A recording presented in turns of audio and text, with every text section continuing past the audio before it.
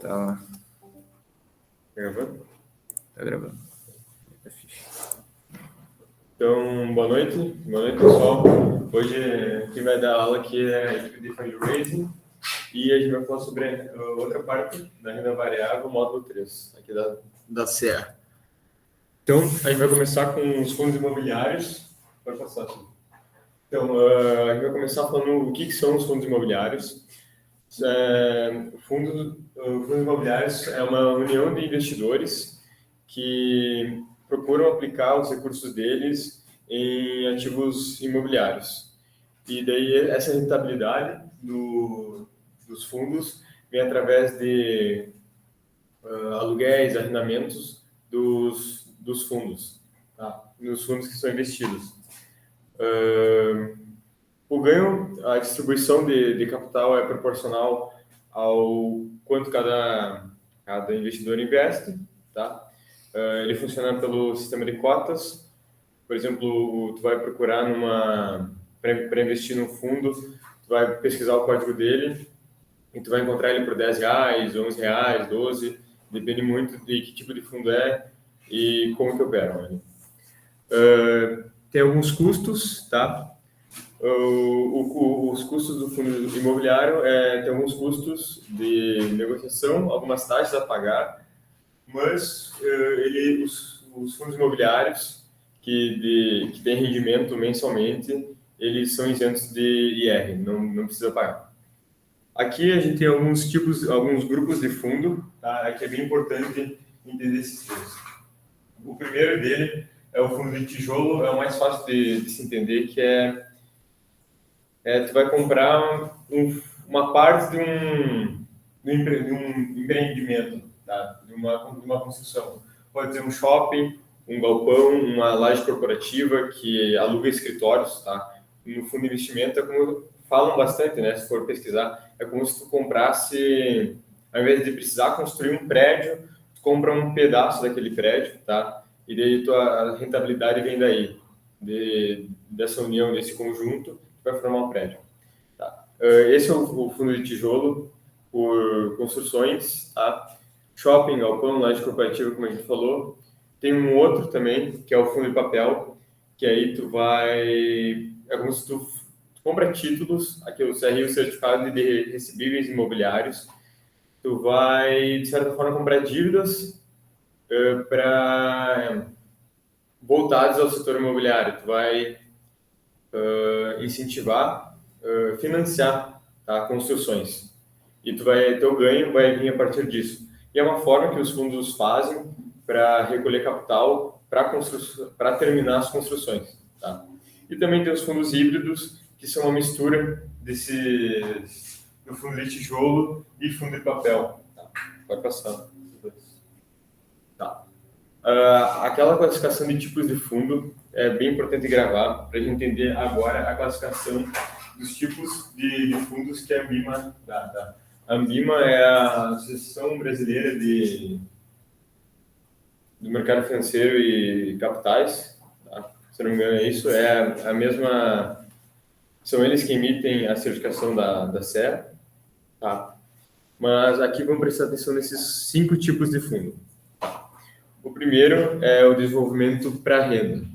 São fundos onde o investimento deles é um investimento de maior do que 2/3 dele, do patrimônio total, vai para empreendimentos em construção. Para ganhar renda, tá? Depois que eles estiverem prontos, uma das vantagens dele, do desenvolvimento para renda, é que como tu não compra não compra fundos de construções já prontas, normalmente eles são mais baratos. Porque como eu falei antes, é uma forma de quem gera, de quem está construindo, acumular capital para terminar as obras. Por isso que ele é uma vantagem, que ele é mais barato, só que ele tem um risco a mais, que é o prédio pode, querendo ou não ser terminado de construir. O que normalmente não acontece. Tá. Outro tipo é o desenvolvimento para venda. É uma ideia parecida com outro fundo de investimento, maior do que 2/3 do patrimônio, é investido em empreendimentos em construção.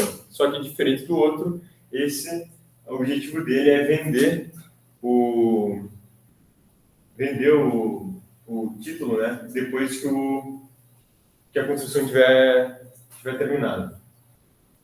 O terceiro tipo é o tipo de renda, que é a mesma ideia, maior que o investimento, é maior do que 2 patrimônios, sempre assim, tá? Empreendimentos já construídos. E tu vai comprar, por exemplo, um fundo de um shopping, tá? Tu vai, sei lá, pagar, digamos que tu vai comprar e tu compra a R$ 12 e ele vai ter um retorno de 10% ao ano, tá? O quarto é o título de valores imobiliários. São fundos que investem o foco deles é investir em fundos de papel, tá? Em comprar dívidas e financiar construções.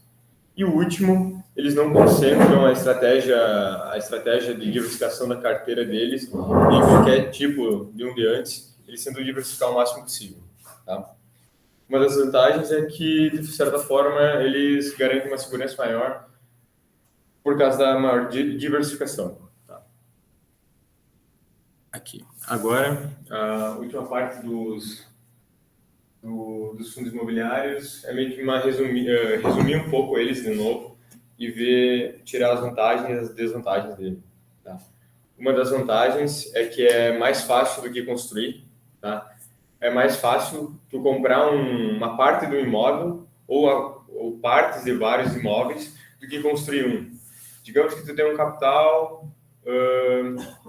para tu construir um prédio comercial, tu vai precisar de 1.500.000, tá? Para tu investir em um fundo imobiliário, tu precisa ter o valor de uma cota, que é bem diferente. Nisso a gente já puxa para o terceiro item ali, que é a barreira de entrada baixa. Não é igual a construção civil que a gente cresceu vendo, que tu precisa ter o acúmulo de capital para construir, pegar dívida, ter um pedreiro, equipe de engenheiro, arquitetos para construir. É bem mais rápido, é bem mais fácil e rápido também, porque tu pega o teu capital acumulado, ou tu vai acumulando capital e vai investindo aos poucos. Uma das vantagens também é a diversificação, ou seja, todo o teu capital não precisa necessariamente estar alocado em um único fundo, tu pode diversificar para evitar perdas, tá? Outra vantagem dele é a liquidez. Aí tem tipos de fundo com liquidez diferentes, tá? Por lei, os fundos são obrigados a dar o rendimento aos investidores uma vez por semestre. Mas algo que torna os fundos mais atrativos é maior liquidez. Qualquer investimento que tem liquidez maior se torna mais atrativo.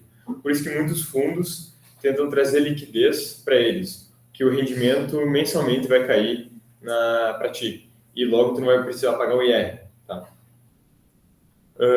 E a geração de renda que vai ganhar através de aluguel dos apartamentos, né? Um apartamento, com o imóvel em si, quero dizer. Aqui, agora vamos trazer as desvantagens. Aqui o risco de mercado eu quis dizer sobre a cotação, tá? Ela flutua em valor de mercado, a cota.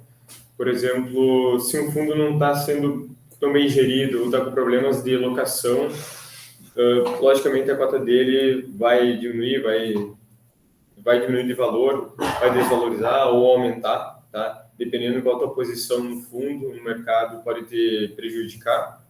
Por isso é uma desvantagem. Risco de vacância é a questão de não estarem alugando todas as vagas, tá? Todas as vagas no prédio, no imóvel em si. Taxa de custo, é o que eu tinha falado antes, tem algumas taxas que tu acaba precisando pagar, algumas taxas administrativas, certas taxas de negociação. E a última desvantagem é a dependência da gestão de fundo, tá? Por causa do risco de flutuação do mercado, tá? Porque se for um fundo... Por isso é importante de pesquisar onde tu vai investir e saber bem onde tu está investindo, onde está se metendo, para para que tu não perca ou tente evitar ao máximo perder capital e sim ganhar, acumular com o rendimento do próprio fundo. Boa noite, a gente vai falar agora sobre as ETFs, que são fundos negociados em bolsa, tanto bolsa americana quanto bolsa brasileira, e ela é basicamente ele replica o desempenho de um índice específico da bolsa. Por exemplo, no Brasil a gente tem a Ibov, e tem a S&P 500, entre outros. Ela tem ganhado muita força no mercado financeiro pelo fato da facilidade de investir nela, pelo fato que tu usa somente só tem uma variação ali, que é aquele índice. Se o índice aumentar, tu vai ganhar mais, se perder, se diminuir, tu vai perder naquele caso. Ele é composto por uma carteira de ativos subjacentes que refletem a composição do índice de referência. Hoje a Bovespa, por exemplo, ela fechou em 0,7%, muito pela questão da votação que teve hoje do arcabouço fiscal, que teve a votação de urgência, e passou no Congresso. Ela tem de risco a flutuação do mercado, porque depende da questão, pode passar em a questão da perda também, pelo fato de depender do índice.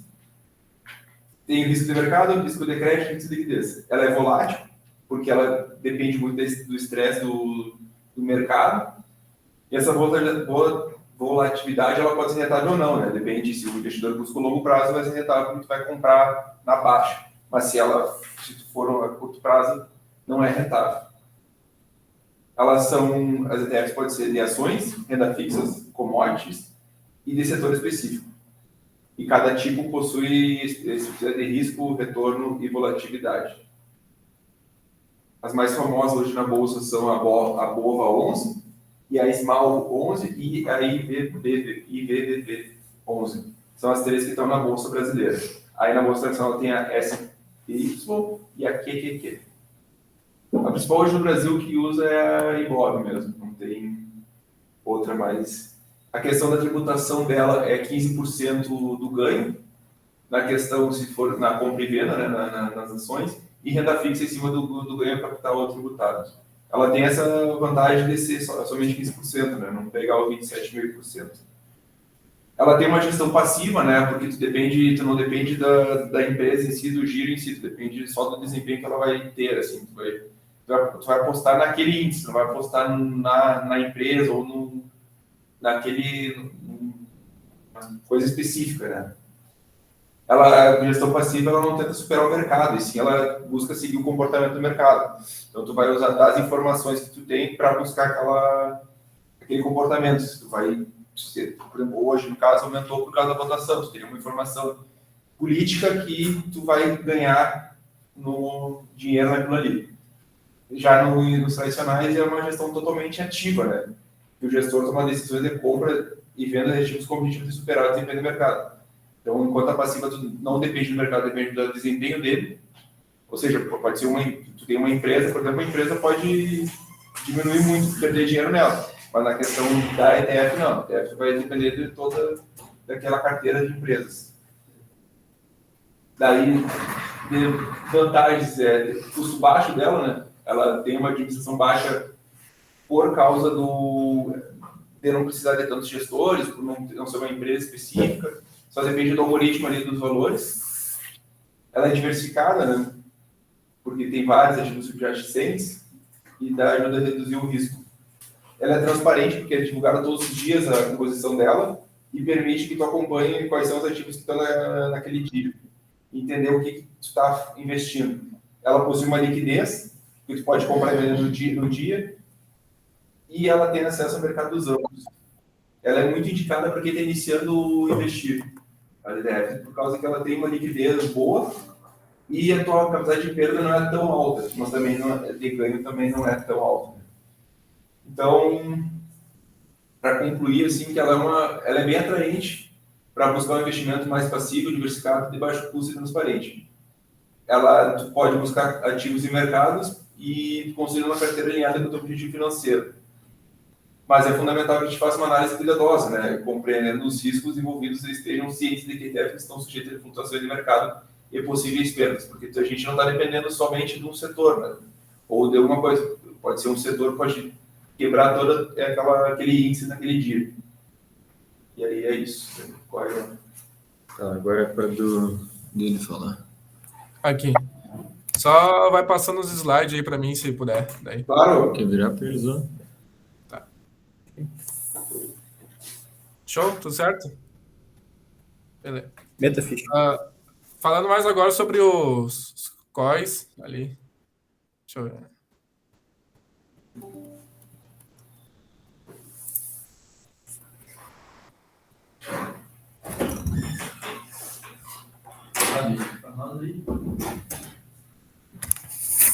Eu tinha desligado a câmera para mim. Não dá para chegar aí. Não, mas o jogo lá. É claro. Que deu?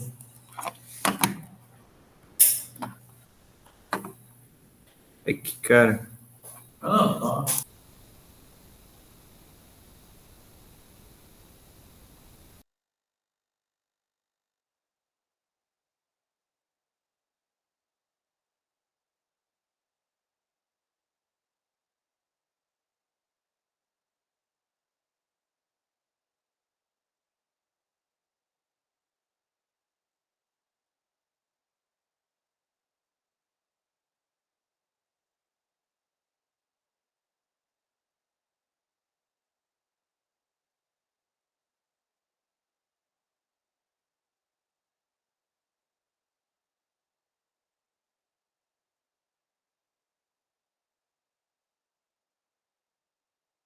Pessoal, a internet do João caiu aí, a gente só vai esperar ele retornar aí. Beleza.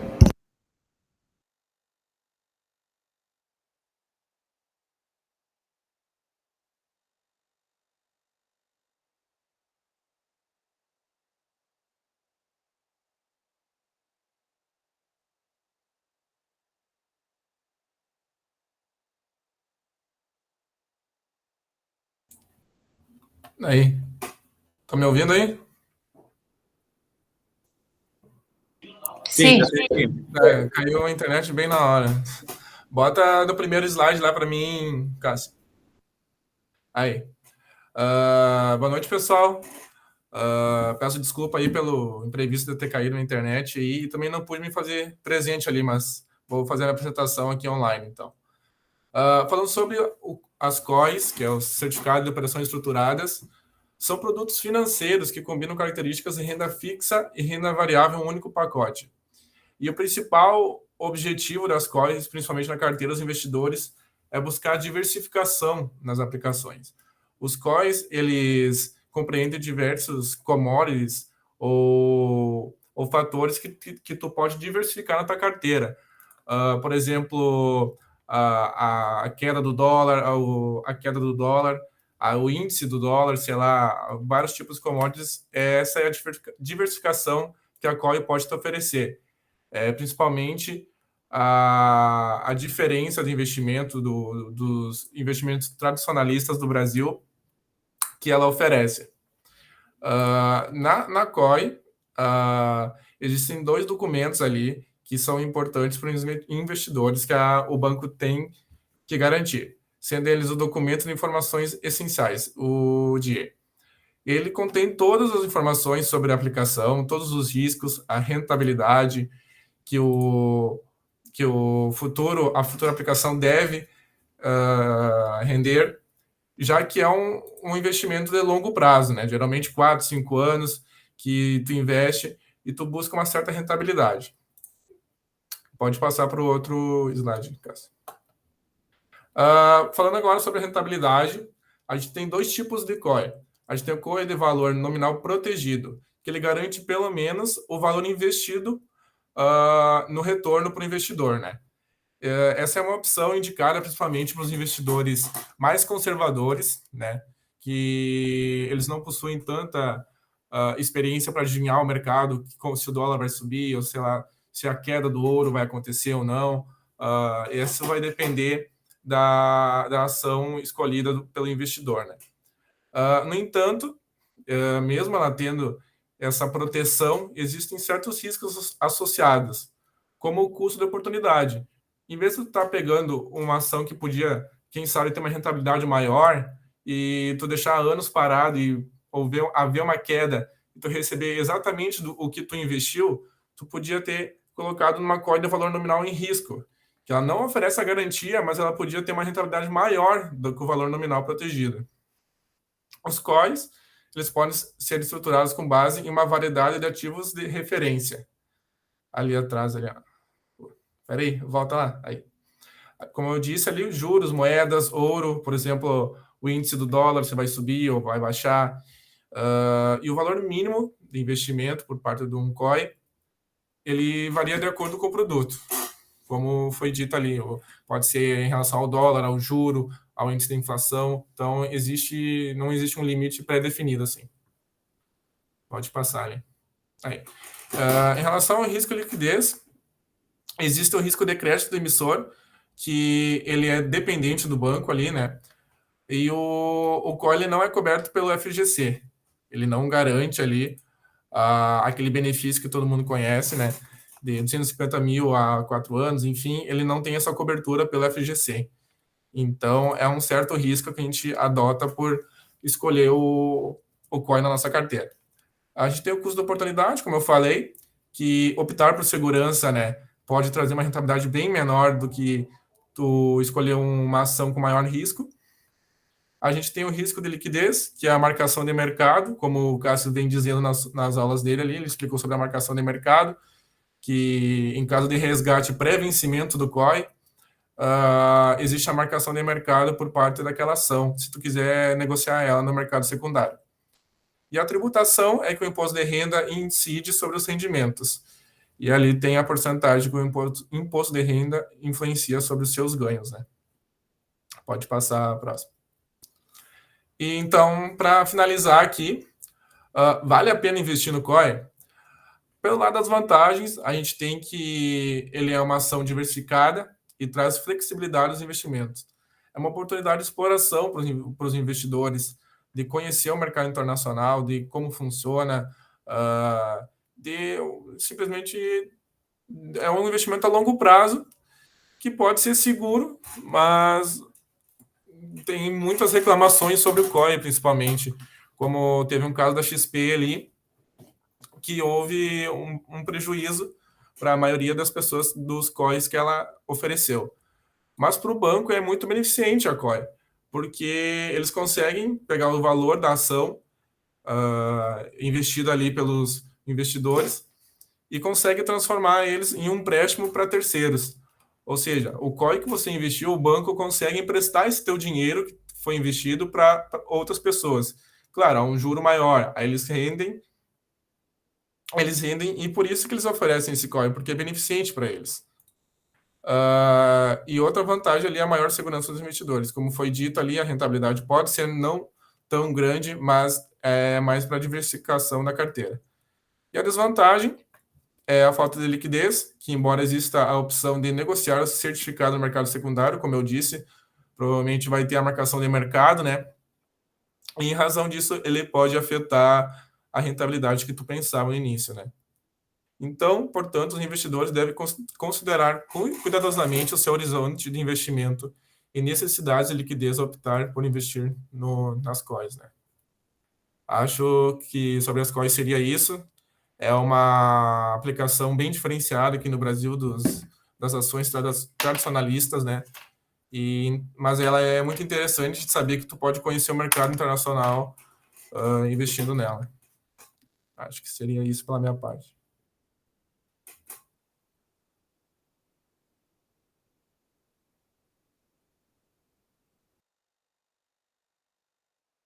Vou fazer o seguinte, então.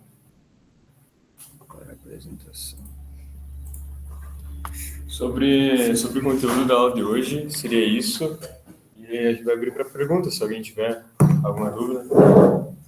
Cara, esse negócio do COI eu não entendi, tipo, quando vale a pena fazer assim. Porque não faz mais sentido eu fazer por conta separado, analisar. Porém, eu vejo que faz sentido para quem não tem conhecimento e tal, não tem tanto interesse em se envolver, mas tipo, para uma pessoa que trabalha no meio, não faz sentido, eu acho, desenvolvendo o COI. Tá assinando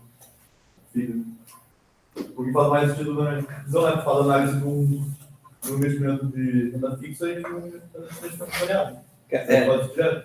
Eu não sei se vocês sabem como que o assessor de investimento ganha dinheiro. Você sabe como funciona isso? Ele ganha pela taxa, né? Pela taxa dos produtos. E varia de produto em produto. Exatamente. E aí, normalmente, o que vai acontecer? Por isso que muito se fala do conflito de interesse que existe Entre o assessor e o entre o assessor e o cliente. O COI, igual o Faco comentou ali, é um produto que é vantajoso para o banco. Tipo assim, para investidor talvez não faça tanto sentido. E aí, o que acontece? O COI normalmente vai ser um dos produtos que o assessor mais vai ganhar se ele vender. Isso normalmente vai funcionar dessa forma. Assim, os produtos que são talvez mais ruins para o investidor vão ser os que mais vão pagar para o assessor, porque vão ser os melhores para o banco. E quem está pagando o assessor é o banco, não o investidor. Então, tipo assim, o COI assim, não é um produto que, se vocês vão ouvir falar muito, até porque não é um produto que o pessoal que fala muito sobre investimento vai comentar, porque na maioria das vezes não vai fazer muito sentido. Normalmente, o COI vai ser vendido mais pelo assessor, para alguém que talvez não entenda tanto de investimento. Aí o assessor vai ganhar mais dinheiro e a pessoa vai ficar com o dinheiro dela travado lá. Não que seja um investimento de todo ruim. Igual o Faco falou ali, tem certas vantagens também. Mas o COI não é um... Tipo assim, eu coloquei aqui no programa da aula porque eu acho que tem que ser falado de todos os produtos, para vocês conhecerem também. Mas o COI não é um produto, sim, não é um produto que eu invisto e não é um produto que eu acho que faz muito sentido para a maioria dos investidores. Tem mais alguma dúvida, algum comentário aí? Tá, eu queria falar dois fatores. Sobre os FIIs ali, lembra que na última aula o pessoal falou sobre direito de subscrição, né? Que seria o direito do acionista comprar as ações quando a empresa emite novas ações. No mercado de fundos imobiliários isso é muito mais comum. O que acontece? Os fundos imobiliários existe uma regra.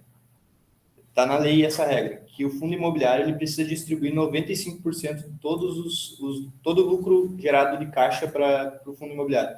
Ele precisa distribuir, por isso que o fundo distribui normalmente bastante. E aí, o que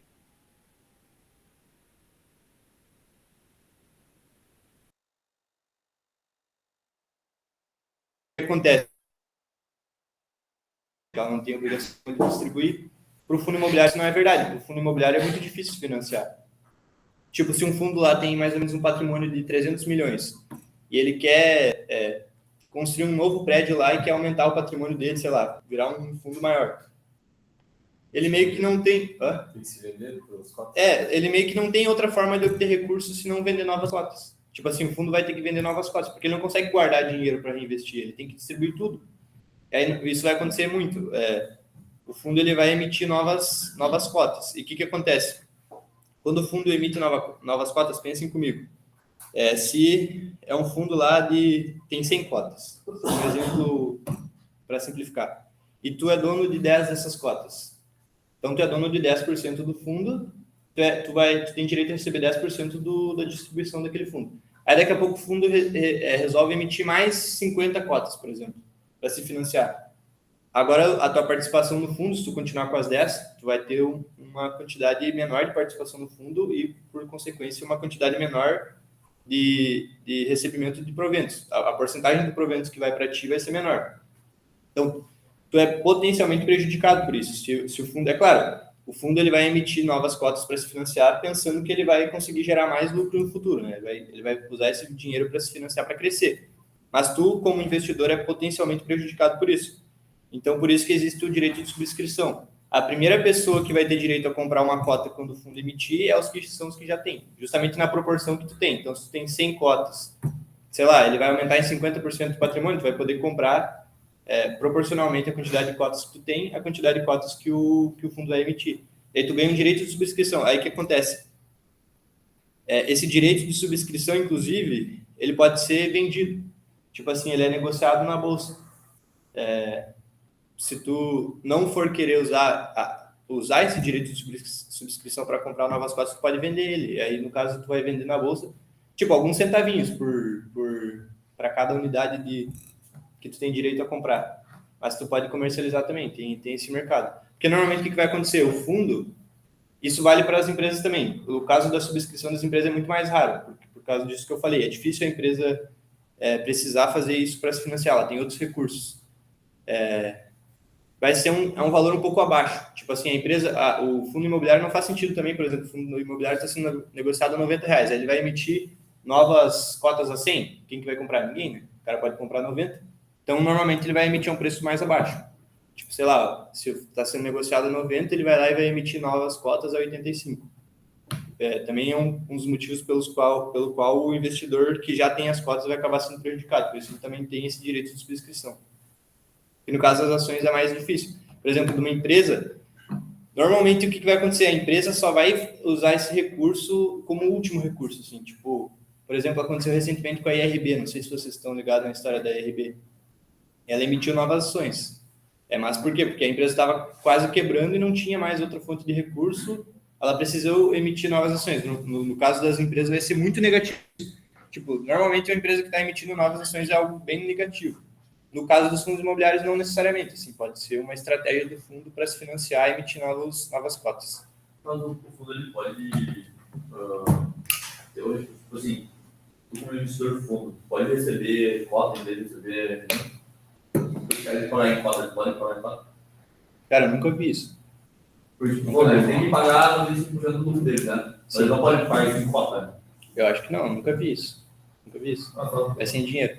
E outra questão também, vocês podem, muitas vezes, eu queria fazer esse comentário aqui, eu não comentei ainda com vocês, essa parte de renda variável é interessante falar disso. Quando vocês entrarem no Status Invest lá, vocês podem achar um fundo imobiliário ou uma ação e ver que o dividend yield dela ou o dividend yield do fundo é tipo, sei lá, 6%, 7%. E daí o que vocês vão pensar assim? Agora tem fundos pagando bem mais, né? Mas o que vocês vão pensar? Putz, não vale a pena, porque a taxa Selic é 13. Se eu botar num pós-fixado, eu vou ganhar 13, sendo que no fundo imobiliário ou na empresa que distribui dividendo eu vou ganhar 5, 6, 7, 9, 10, quando muito. Assim, tipo, um fundo imobiliário que paga 10% é muita coisa. De tijolo, falando aqui, porque tem a diferença do tijolo e do papel, eu vou falar mais sobre isso. Mas o que acontece? Pensa que quando tu está investindo em renda fixa, a única fonte, digamos assim, de dinheiro que tem é o pagamento dos juros. Então, tu vai receber lá 13,75, vamos supor. Então, tu vai receber aqueles juros lá e tal. Só isso que tu vai receber. Nas ações e nos fundos imobiliários, tem outro fator, que é a valorização da cota. Então, além dos 7%, vamos supor que tu vai ganhar, a tua cota vai se valorizar. Só que tem mais uma coisa. Se vocês olharem, às vezes aparece para mim, eu já vi alguns gráficos assim, o preço de uma mercadoria, preço médio por quilo da mercadoria de determinada empresa. Esses dias eu vi da M. Dias Branco. Aí, tipo assim, o preço era uma reta para cima, assim, né? Porque o que acontece? O preço médio do produto, a M. Dias Branco vende massas e tal. O preço médio do quilo do produto que eles vendem está aumentando com o tempo. Está aumentando. O que isso indica? Que, digamos assim, quando a empresa ela recebe pressão inflacionária, quando ela aumenta os custos dela, ela tem poder de repassar isso para o consumidor. Então, tipo assim, tecnicamente, a empresa não vai ser afetada pela inflação, porque ela vai repassar para o consumidor. Então, no momento que você está investindo numa empresa que tem o poder de repassar o aumento de preços para o investidor, tu está, digamos assim, se protegendo da inflação, entendeu? Porque se o rendimento da empresa aumentar só de acordo com a inflação, tu já vai estar se protegendo dela. Se a empresa, mesmo que ela não tenha nenhum crescimento real, mas ela conseguir repassar os preços inflacionários, a tua rentabilidade na prática já vai ser real. É difícil mensurar isso. Tu não vai conseguir pegar a valorização de uma cota lá e dizer o que é inflação, o que é valorização real. Não tem como fazer isso. Mas na teoria, tipo assim, se vocês pararem para pensar, quando tu investe numa empresa que produz alguma coisa, tu tá se protegendo da inflação de certa forma. Porque tanto a cota quanto o lucro da empresa vai subir de acordo com a inflação, porque ela consegue repassar. Então, tipo, não faz sentido tu comparar um investimento em renda fixa com investimento em ações ou fundos imobiliários. Porque são duas medidas diferentes. Uma é só nominal, a renda fixa é só nominal, e quando tu fala em ações e fundos imobiliários, tu pode pensar que é uma rentabilidade real. Tipo, é diferente, entendeu? Então, por isso que aqui, 7% aqui, talvez seja mais do que 13% aqui. Porque esse 7% aqui é real, teoricamente, entendeu? É claro que na prática vai ter oscilações. E tudo que eu falei para ações vale para fundos imobiliários. Normalmente, o aluguel aí de vocês que alugam apartamentos vai se reajustando ao final do ano, pelo GPM ou então pelo IPCA, muitas vezes pelo IGPM, que o IGPM quase sempre é maior do que o IPCA. Então, a mesma coisa é válida. A empresa ela consegue repassar a pressão inflacionária. Então, tem que levar em conta isso. Tipo assim, não dá para só olhar a rentabilidade da renda fixa, a rentabilidade do dividend yield de um fundo imobiliário ou de uma empresa e achar que tu está olhando para a mesma coisa. São coisas bem diferentes. Isso é interessante comentar. A outra coisa que eu queria comentar também sobre os ETFs. O que acontece? Vai existir basicamente duas formas de gestão de ativos, né? Gestão ativa e gestão passiva. Qual que é a gestão ativa? É quando tu tenta, na prática, bater o mercado. Por que tu escolhe ações ou tu escolhe fundos de investimento? Para tentar ganhar mais do que o mercado.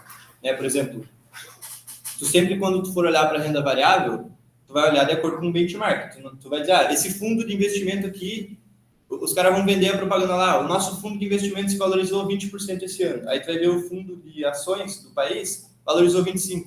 Vocês acham que o fundo foi bem? Cara, ele foi menos do que o mercado. Tipo, se ele não tivesse feito nada, só largado no índice, ele teria ganhado mais. Então, o desempenho dele foi ruim. Tipo assim, quando tu pensa em gestão ativa, só faz sentido pensar em gestão ativa se tu tá pensando em vencer o mercado, né?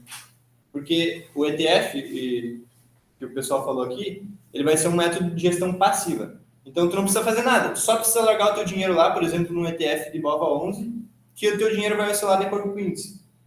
Isso é gestão passiva, tu não se comprometer, tu não tentar estudar ações, tu não tentar entender as empresas, só larga lá. Gestão passiva. Vai oscilar de acordo com o mercado. A gestão ativa é diferente, tu vai tentar bater o mercado, vai tentar ir além do mercado.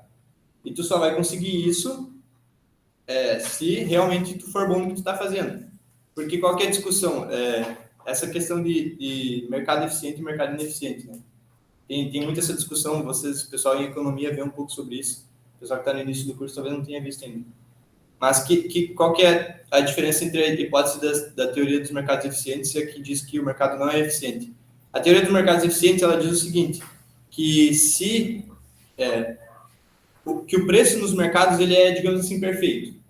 Tipo assim, o preço de uma empresa hoje, a ação daquela empresa hoje, é exatamente o quanto ela vale. Tipo, resumindo todas as informações possíveis sobre aquela empresa, todas as notícias, todos os resultados, tudo que aquela empresa tem, esse é o preço perfeito, digamos assim.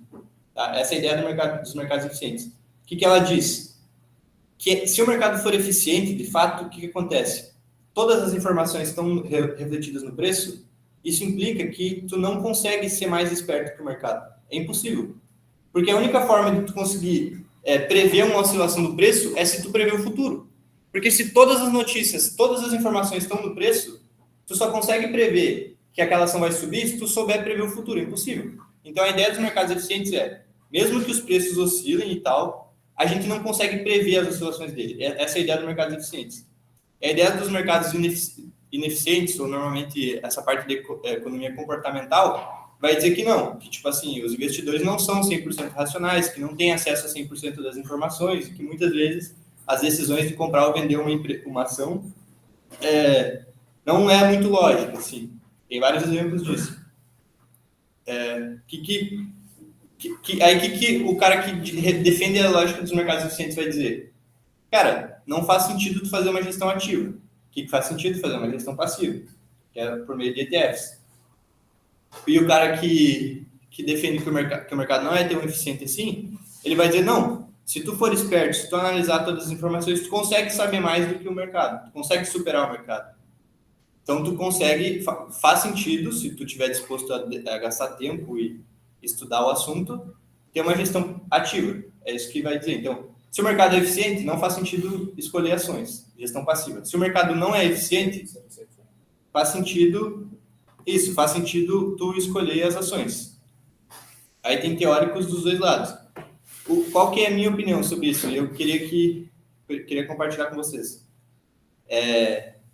Cara, tem muitos teóricos, muitas pessoas muito inteligentes no mercado que defendem muito a ideia de que os mercados são bem eficientes. tipo assim, normalmente eu, pelo menos, como foi a minha trajetória, quando eu comecei a estudar investimentos, ler investimentos e tal, a maior parte das coisas que eu via era defendendo a ideia de escolher as empresas, escolher as ações, escolher os ativos. Tipo assim, tudo que vocês vão ver na internet, principalmente no início, vai falar sobre isso. Como escolher as melhores empresas, como escolher as melhores ações. Isso tudo pressupõe o quê? Que o mercado não é tão eficiente assim, né? Tá fazendo sentido? Sim. Só que o que eu vejo, assim, que quando vocês forem analisar o mercado, o conselho que eu dou para vocês é o seguinte: não partam da ideia de que o mercado é ineficiente e que é fácil ganhar dinheiro no mercado. Partam da ideia de que ele é bem eficiente. E a partir daí vocês, tipo assim, podem achar evidências de que não é tão eficiente assim, porque 100% eficiente é óbvio que ele não é. Todo mundo consegue entender isso. Mas, tipo assim, na minha opinião, o mercado é bem eficiente, cara. O mercado, ele é bem eficiente. Tanto que se vocês forem ver, quando sai uma notícia, o preço oscila na hora. Não demora um dia para oscilar, não demora 5 dias para oscilar, oscila na hora. A informação está ali, direto, completa. E por que o mercado é eficiente? Porque tem muitas pessoas olhando para o mercado e tentando bater ele. Tipo assim, como tem muitas pessoas o tempo todo, e cara, o mercado financeiro é assim, tem muitas pessoas muito qualificadas e muito inteligentes tentando ganhar dinheiro com o mercado financeiro. Tipo assim, o mercado financeiro é a área onde, tipo assim, mais é possível ganhar dinheiro. Então, tem muitas pessoas inteligentes no mercado financeiro. E principalmente pensando na nossa posição como investidor minoritário, tipo assim, pessoa jurídica, que a gente não tem o dia inteiro para fazer isso, a gente não tem todas as informações possíveis.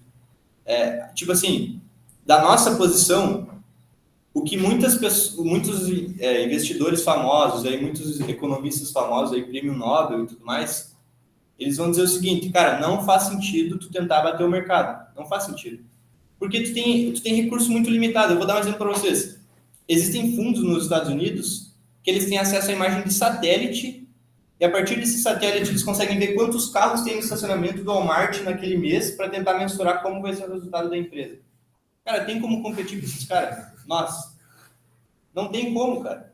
Então, tipo assim, a ideia que eu passo para vocês é o seguinte: tem muitos gestores, cara, os gestores, normalmente vocês vão ver vídeo de gestor, cara que é dono de fundo, que normalmente gera bilhões ou muitos milhões. Cara, os caras são muito foda, os caras sabem muito o que eles estão fazendo. E daí tem uma equipe de, sei lá, 20, 30 analistas trabalhando para os caras aqui, ó, o dia inteiro na frente do computador, olhando o balanço, dissecando dado por dado, por dado, por dado, fazendo valuation, olhando cada detalhe da empresa. Esses são os caras que mandam no preço do mercado. Não é um investidor pessoa física que está investindo 1.000, 2.000, sei lá, até 100 mil reais. É os caras que estão investindo milhões. Esses caras vão normalmente ditar para onde o preço vai, porque esse é que tem mais capital e tem mais oferta e mais demanda. Então, tipo assim, o ETF vai fazer sentido se vocês pensarem que se o mercado é eficiente e se tem pessoas muito inteligentes fazendo gestão ativa, que tem muito mais recursos do que nós, talvez faça sentido tu escolher uma gestão passiva. Por que acontece? Tu está comprando a média do mercado. Se o mercado for bem, tu vai bem. Se o mercado for mal, tu vai mal. Mas tu não vai, tipo assim, perder dinheiro ou tentar bater o mercado, sendo que, segundo essa ideia de que os mercados são realmente eficientes, isso é muito difícil. É muito difícil bater o mercado. Porque pensa assim, tem o fundo lá, o S&P 500, ele tem lá as regrinhas, igual a gente viu na última aula para entrar. Cara, se tiver uma empresa, por exemplo, brasileira hoje, que explodir, tipo assim, um Nubank da vida, sei lá, essas empresas aí, a Magalu, que explodiram, a Magalu caiu depois, né? O Nubank também. Mas essas empresas que explodiram as ações no Brasil, tipo, essas empresas estavam no índice. Tu não precisava ser um gênio para descobrir que aquela empresa ia subir. Se tu tivesse comprado no índice, tu ganhou com a valorização dessas empresas. Entendeu? Porque o índice, ele já pressupõe que só as melhores empresas estão sendo escolhidas. Tipo, no Brasil a gente tem 500 empresas listadas em bolsa, o Ibovespa tem só 90 e poucas. Então já está selecionando as melhores. Não precisa ir lá, tipo assim, ter uma estratégia ativa, chegar na frente do PC e tentar olhar quais são as melhores. Tipo, já tem as regras que determinam qual vai ser a empresa que vai performar melhor. Eu acho interessante esse assunto dessa ideia de mercados eficientes e mercados ineficientes. Porque às vezes a gente vem com uma ideia de que não é tão difícil assim ganhar dinheiro no mercado. Mas eu digo para vocês, cara, não é fácil, assim, não é simples, não é barbada. Tipo, quando a gente está entrando no mercado financeiro, a gente está competindo com, tipo assim, gente bem qualificada. E tem estudos, inclusive, principalmente nos Estados Unidos, porque Se isso vale para o Brasil, nos Estados Unidos vale ainda mais, porque aí tem, porra, o mundo inteiro está olhando para o mercado americano. Então, tem muitos estudiosos, vocês vão ver pesquisas que mostram, assim, que no longo prazo, tipo, acima de 10, 20 anos, nem os fundos de investimento, que são os caras mais qualificados, que têm mais acesso à informação, que estão trabalhando o dia inteiro nisso, conseguem bater o mercado. Tipo, tem dados ali que dizem que quase 80%, 90% dos fundos de investimento americanos não batem o mercado. Não batem o mercado. Os fundos de investimento, então imagina um investidor pessoa física, não consegue bater o mercado. Então, é igual eu disse, no Brasil, dá pra gente pensar que o mercado é um pouco mais ineficiente, principalmente em comparação com o americano, porque o americano vai ser um mercado super eficiente. Mas, tipo assim, eu acho que o ETF é uma estratégia que faz sentido. Até porque se tu pensar que o fundo de investimento, muitas vezes nem o fundo de investimento vai bater o mercado, quando tu está investindo num fundo de investimento, vai estar pagando lá, sei lá, 2% ao ano de taxa de administração para o gestor. O ETF tem essa vantagem, o custo dele é baixíssimo, tipo 0, alguma coisinha, 0,1, 0,2. Então, tu está se expondo ao mercado de ações de forma eficiente e barata, principalmente fora do Brasil. Tipo assim, por exemplo, eu escolho ações. Tipo assim, eu escolho ações, entendendo todas as limitações que eu tenho e sabendo que tem muita chance de eu não conseguir bater o mercado fazendo isso. Mas porque no Brasil eu acho que é mais possível, assim, é mais plausível. Mas nos Estados Unidos eu não escolho ações, cara. Tipo assim, eu invisto só em ETF. Eu invisto lá no IVVB11. Se vocês olharem o histórico lá do S&P 500, o IVVB11 é o índice que replica o S&P 500. O S&P 500, cara, valoriza pra caramba. Eu acho que a média é 11 e poucos por cento anual. Tipo assim, de toda a história, contando que tem anos que vai muito mal. E a média consegue se manter lá em cima, 11, 12%.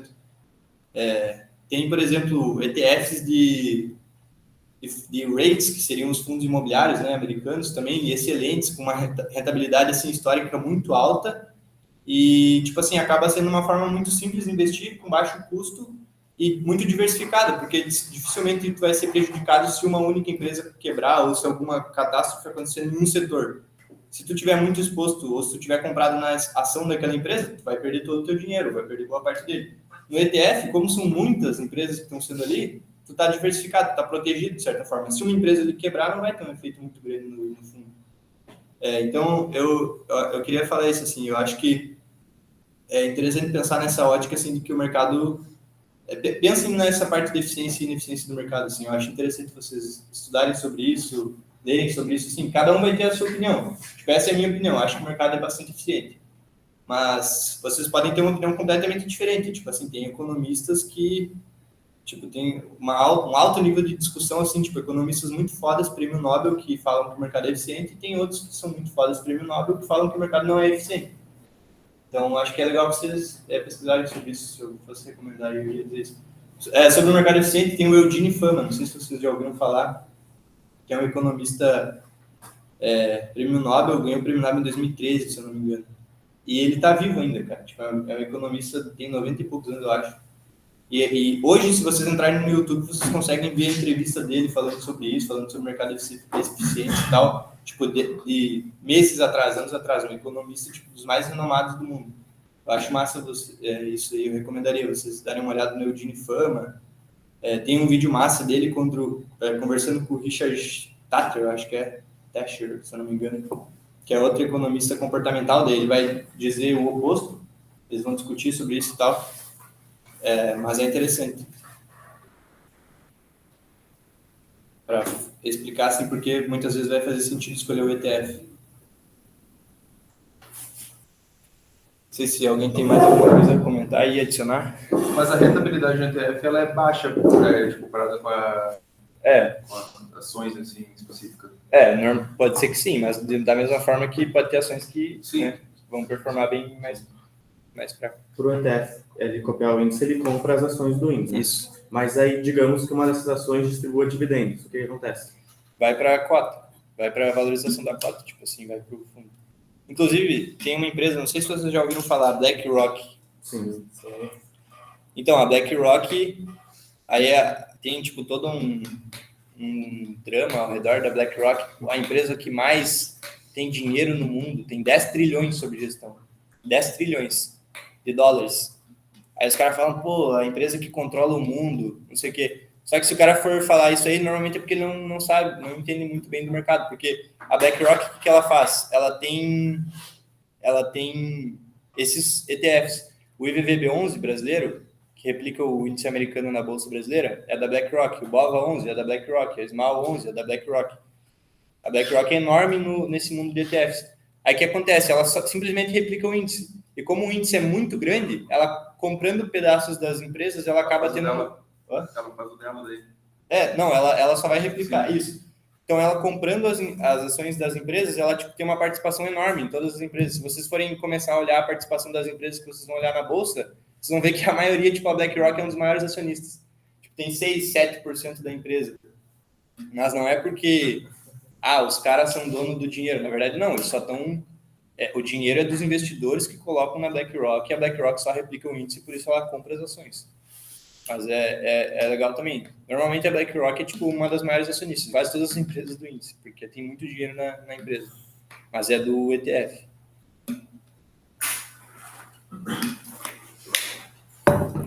É isso aí? Então tá, pro pessoal da chamada aí, quem não me mandou o nome no chat, coloca aí para eu conseguir ver quem participou. Valeu, pessoal. Até semana que vem, então. Valeu, até. Feito. Valeu. Cássio.